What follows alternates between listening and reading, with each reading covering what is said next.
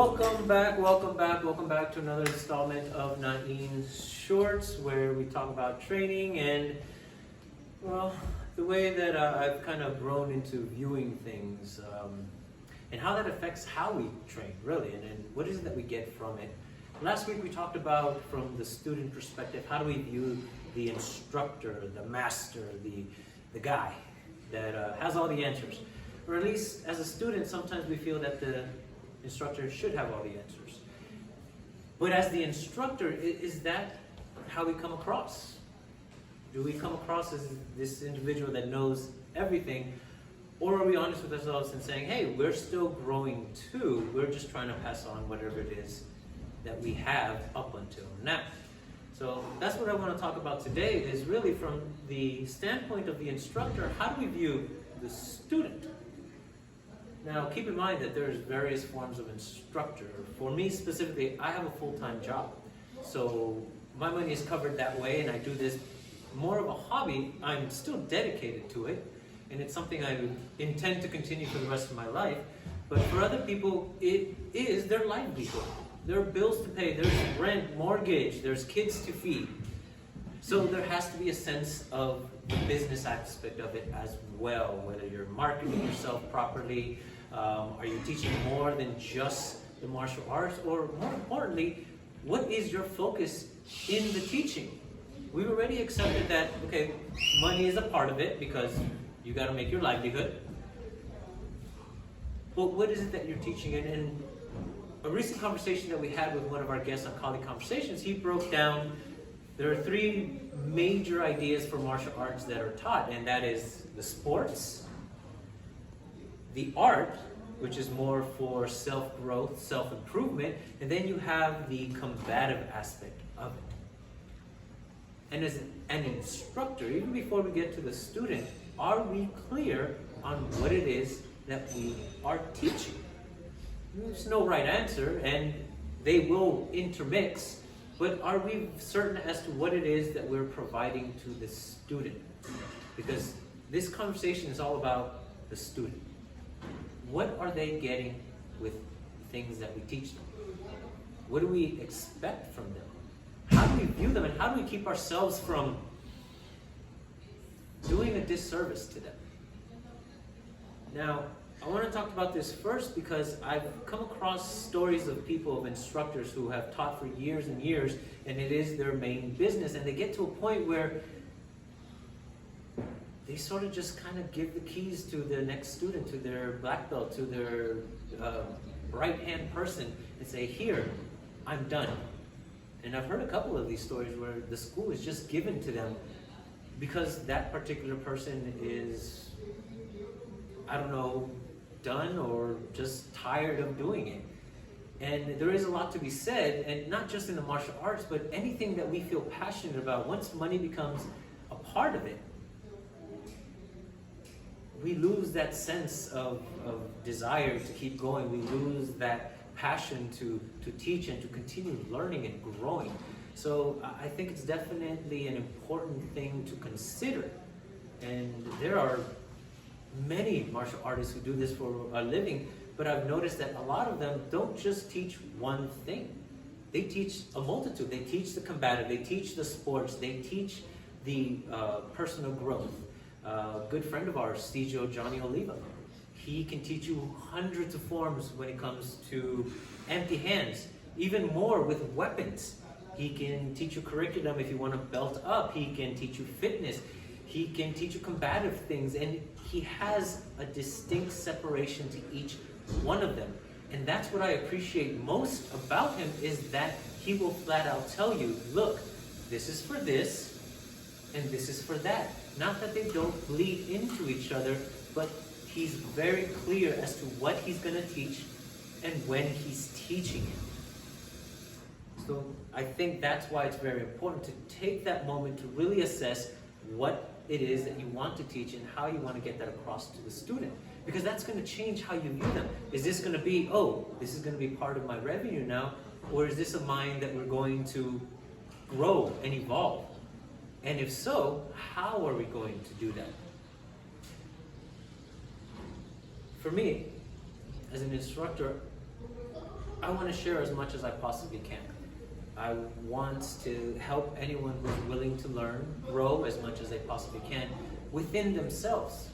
Not to repeat the things that I've done, but to figure out how can the lessons that I give them benefit them and whatever it is they want to do later on. We're trying to grow the individual, and to do that, we have to get to know the person. We have to really understand, okay, what is it that you're after? And can I, and the way that I teach, and what I teach, help you in that? And if I can't, if I'm not capable of doing that, well, I've made a lot of friends in the martial arts world, and I can direct you to somebody who better fit your needs. But I think whatever instructor you wish to be, that should be a starting point when you see a new student. What is it that that individual needs?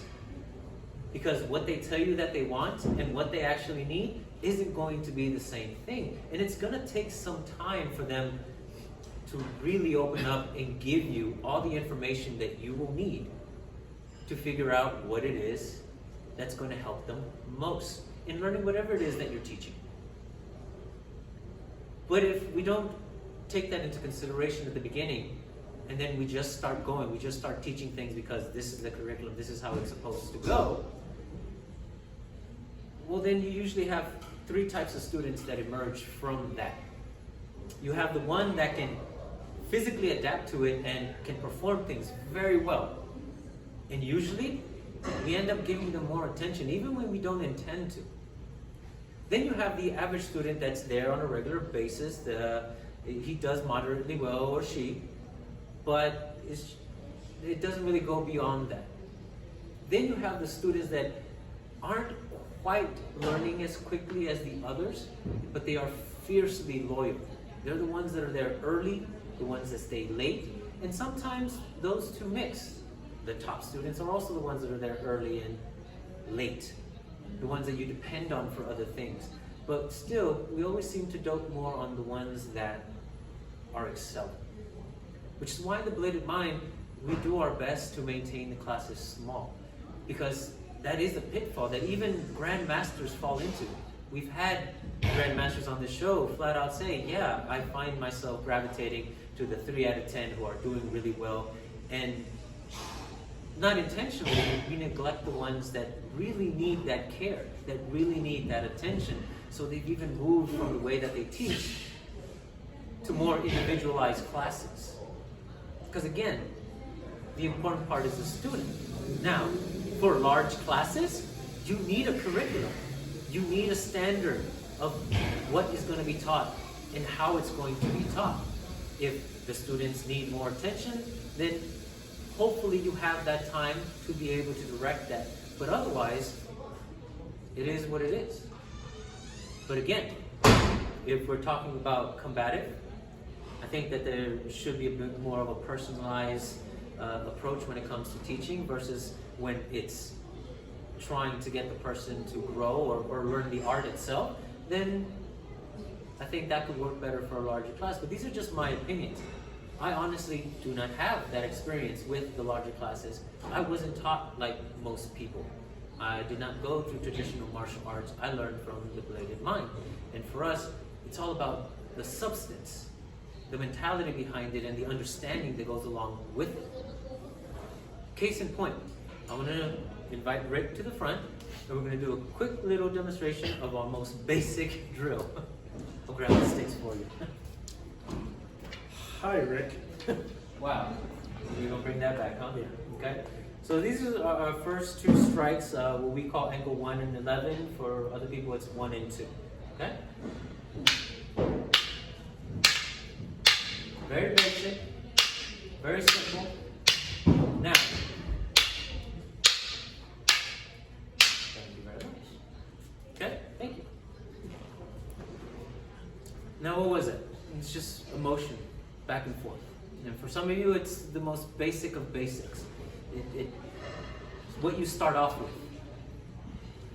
But the way that we teach and the way that we want our students to understand is that even though we were just doing one of the first drills that we teach any student that comes to our school, we understand everything else that it can become later on. Because we teach the motion itself and not how to swing the stick, for us, there is no stick. Now it's empty hands, now it's knives, now it's improvised weapons. But the ideas behind it are clear throughout everything that we do. Even though they're not noticeable, in my mind I'm thinking, am I hitting him properly?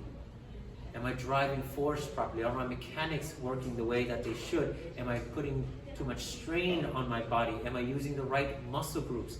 All these ideas are constantly flowing in my head. So that very simple movement can become so many other things later on as I need them to. Because there's the ideas and the concepts that we cultivate, not the physical motion itself.